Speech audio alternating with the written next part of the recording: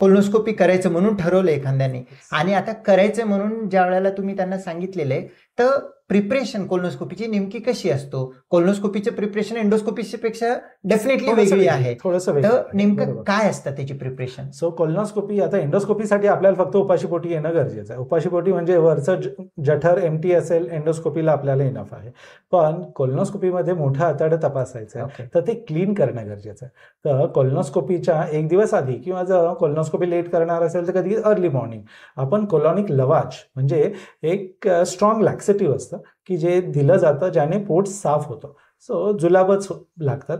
ते सगळं पोट एकदा साफ झालं की दुर्बिणीने आपण ज्यावेळेस तपासणी करतो, जितकं आतडं क्लीन तेवढी आपल्याला माहिती चांगली मिळणार आहे. तर युजली आदल्या दिवशी कोलॉनिक लवाज एक पॉलिइथिलीन ग्लायकॉल म्हणून मेडिसिन असतं की त्याने इंटेस्टाईन अगदी सेफली आणि छान स्वच्छ होतं. बाकी असतं सोडियम पिकोसल्फेट वगैरे आपल्याकडे अवेलेबल आहेत. पेशंटची कुठली कंडिशन आहे, किती व्हॉल्यूम घेऊ शकतो याच्यावर आपण ठरवतो आणि त्यानुसार ते दिलं जातं. एकदा ते औषध घेतलं ते पॅकेजच येतं, आपण सर्व पेशंटला समजून सांगितलं जातं. युजली आदल्या दिवशी आपल्या युनिटमध्ये करा, आपलं सकाळीच आपण कोलोनोस्कोपी करतो, आदल्या दिवशी दिलं जातं. तर ते मिक्स करून 1 लिटरमध्ये मिक्स करायचं आणि ते अजून डायल्यूट 2 लिटर्समध्ये केलं जातं. हळूहळू त्यांनी 200-200 ml 15-15 मिनिटाला ते औषध घ्यायचं असतं आणि त्यांना हळू 1 तासाने युजली पोट साफ व्हायला चालू केलं औषध की जोपर्यंत मोशन्स अगदी क्लिअर येत नाही, पाण्यासारखे येलोइश युजली येतात. ते औषध थोडंसं येलोइश टाईप होतंच. तर येलोइश लिक्विड येत नाही तोपर्यंत पोट साफ झालंय असं हे नसतं. एकदा पोट साफ झालं की मग ते औषध घेणं ते थांबवू शकतात. ओव्हरनाईट मग त्यांना उपाशी पोटी थोडं राहावं लागतं.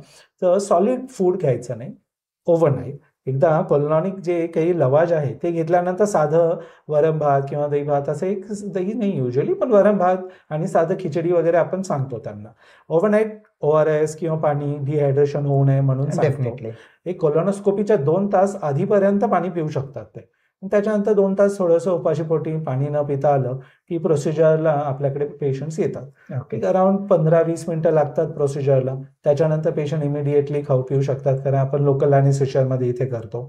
काही पेशंटच्या सिच्युएशनमध्ये आपल्याला त्यांना ॲनेस्थेशिया म्हणजे भूल देऊन झोपून ते करावं लागतं, त्याला मग हॉस्पिटलला आपल्याला ठेवावं लागतं. मग त्याच्यात एक 3-4 तास ॲनेस्थेशिया उतरल्यानंतर पेशंट खाऊ पिऊ शकतो, घरी जाऊ शकतो. ओके.